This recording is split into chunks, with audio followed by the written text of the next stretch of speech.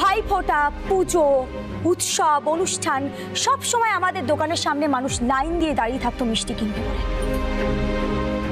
কাকা বাবু, আপনারা তো আমাদের নিয়মিত খদ্দের, আপনারা এখানে মিষ্টি কেনার জন্য লাইন দিয়ে দাঁড়িয়ে থাকেননি?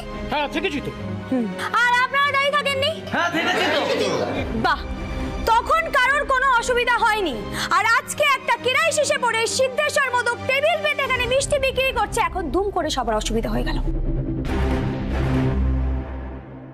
উনি দোকানটা ভেঙে দিতে চাইছেন। অদ্ভুত ব্যাপার, একটা বেআইনি কাজ করে এত বড় বড় কথা। আর এই যে আপনি দয়া করে এই সম্পর্ক থেকে বেরিয়ে এসে ওনাকে অ্যারেস্ট করুন। আর যদি সেটা না করেন তাহলে কিন্তু আমি ওপর মহলের নালিশ জানাতে বাধ্য হব। ম্যাডাম, আমি বাকিটা দেখে নিচ্ছি। আপনি আসুন না, এদিকে আসুন, এদিকে আসুন।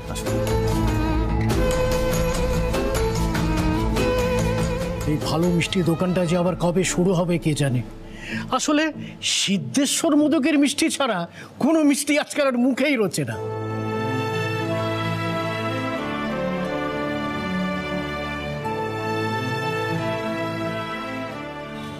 মিঠাই,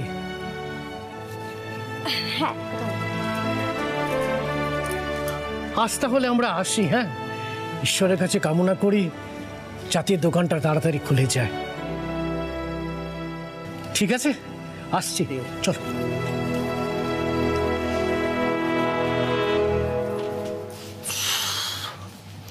এত মেজাজ কিসের? হ্যাঁ তোমার এত মেজাজ কিসের? তুমি এই রটেন টমেটোস জোগাড় করেছো? হ্যাঁ, মাথায় হাড়ি নিয়ে কি ভেবেছো মনোহরা বিক্রি করবে? হ্যাঁ, সেই দিন কি আর আছে? হ্যাঁ, একবারও ভেবে দেখেছো? আমি সকাল থেকে তোমাকে খুঁজে বেড়াচ্ছি মিঠাই, চারিদিকে খুঁজে বেড়াচ্ছি। Crazy, just look at me. নিজের জামা কাপড় পর্যন্ত পাল্টাইনি আমি। ওই গজু মস্তান, ওর সাথে দেখা হয়েছিল, এক হাত হয়ে গেছে ওর সাথে আমার অলরেডি। কি বলবো, আমি না পাগল হয়ে যাচ্ছি। মানে তোমার জন্য না এবারে আমার পাগলাগারদে ভর্তি হতে হবে, আমি যা বুঝতে পারছি। জাস্ট লুক, তোমার কি মনে হয় রুডি একা সামলাতে পারবে সবটা? দেখো না, look look look look look look.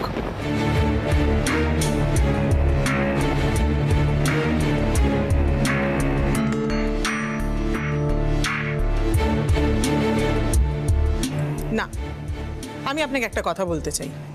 এই ওয়ান অ্যান্ড অনলি প্রমিলা লাহা কিন্তু আইনকে, পুলিশকে খুবই রেসপেক্ট করে। এই যে গজুকে আপনি তুলে নিয়ে গেলেন, মারধরও খেয়েছে, ও কাঁদতে কাঁদতে আমার কাছে এসেছিল। আমি কিন্তু শাসন করে দিয়েছি। হ্যাঁ, শুধু তাই নয়, আমি আমার কাছে কাছে রেখেছি যাতে আর কোনো বিপত্তি না ঘটাতে পারে।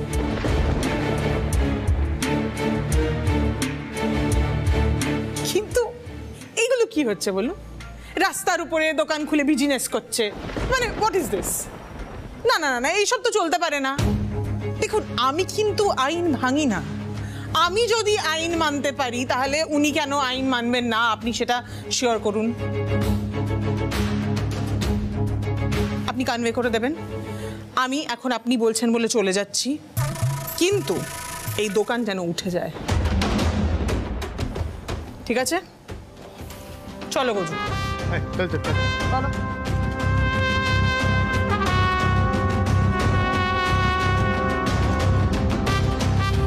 পুলিশ দাদা, ওয়ান এন্ড অনলি কি বলে গেল? হ্যাঁ, এত বড় মিথ্যে কথা বললো। প্রথমে বলেছিল উনি গজু বাবুদের চেনেন না, এখন বলছেন উনি নাকি আশ্রয় দিয়েছেন ওদেরকে, ওরা নাকি কাঁদতে কাঁদতে ছুটে গিয়েছিল। এত বড় মিথ্যে কথা বললো, তুমি কিছু বললে না পুলিশ দাদা? তাহলে কি করব মিঠাই? তোমার মতো পচা টমেটো ছুটবো? আর সত্যি এসব বুদ্ধি তোমার মাথাতে আসেও বটে।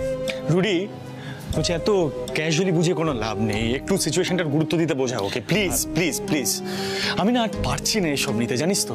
ও কি ভেবেছিল এই মাথায় হাড়ি নিয়ে মনোহরা বিক্রি করবে? ও সেই দিন আছে। আর যদি ও মাথা ঘুরে পড়েছে তো আমার কি হতো? হ্যাঁ, একবারও ভেবে দেখেছে সেটা? ভাবেই তো না এইসব। রুডি, আমি না ভীষণ আপসেট হয়ে আছি, জানিস তো। মানে তাদের জন্য কিছু করতে পারছি না বলে আরো আপসেট হয়ে আছি। তার মধ্যে এই আমি নিতে পারছি না এসব।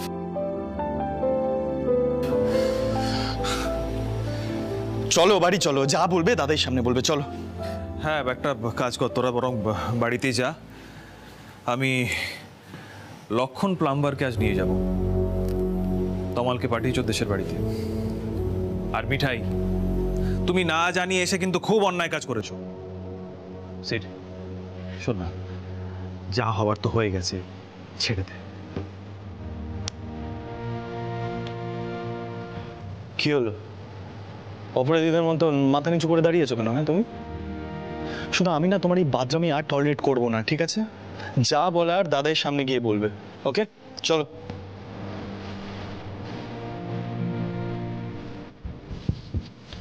চলো।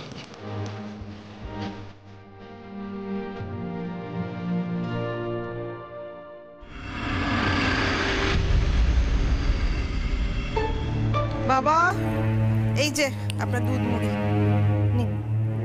কি হয়েছে বাবা?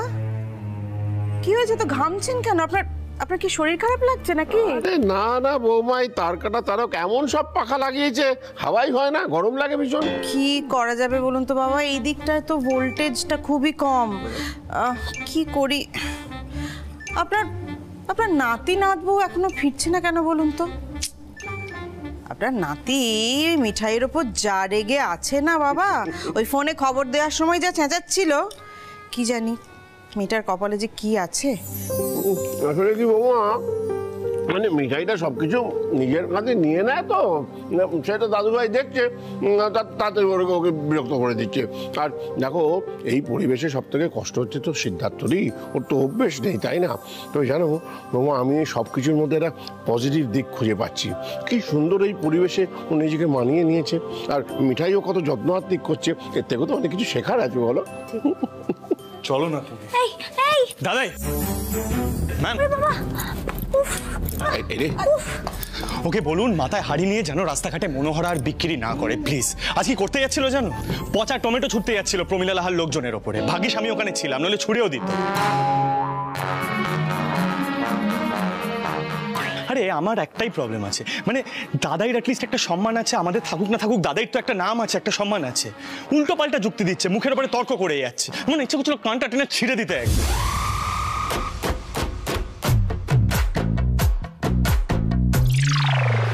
দাদু, আমি যদি সবাইকে বলতাম তাহলে কি আমাকে বিজনেসটা স্টার্ট করতে দেওয়া হতো? হ্যাঁ দাদু, তোমার নাতি কিন্তু আমাকে থেকে খুব বকেছে, আমি বলে দিচ্ছি। না মিঠাই, তোমার কিন্তু এটা করা একদম উচিত হয়নি। আচ্ছা, সকলে কত চিন্তা করছিল বলো তো? এক্স্যাক্টলি ম্যাম, এটাই বোঝানো ওকে, যদি নতুন বিজনেস শুরু করতে হয় না, সেটার জন্য বুদ্ধি লাগাতে হয়, যেটা নেই অফকোর্স ওর মাথায়, আমি জানি। ঠিক আছে, আর বকাবকি নয়। আচ্ছা শোনো, তুমি দাদুভাইকে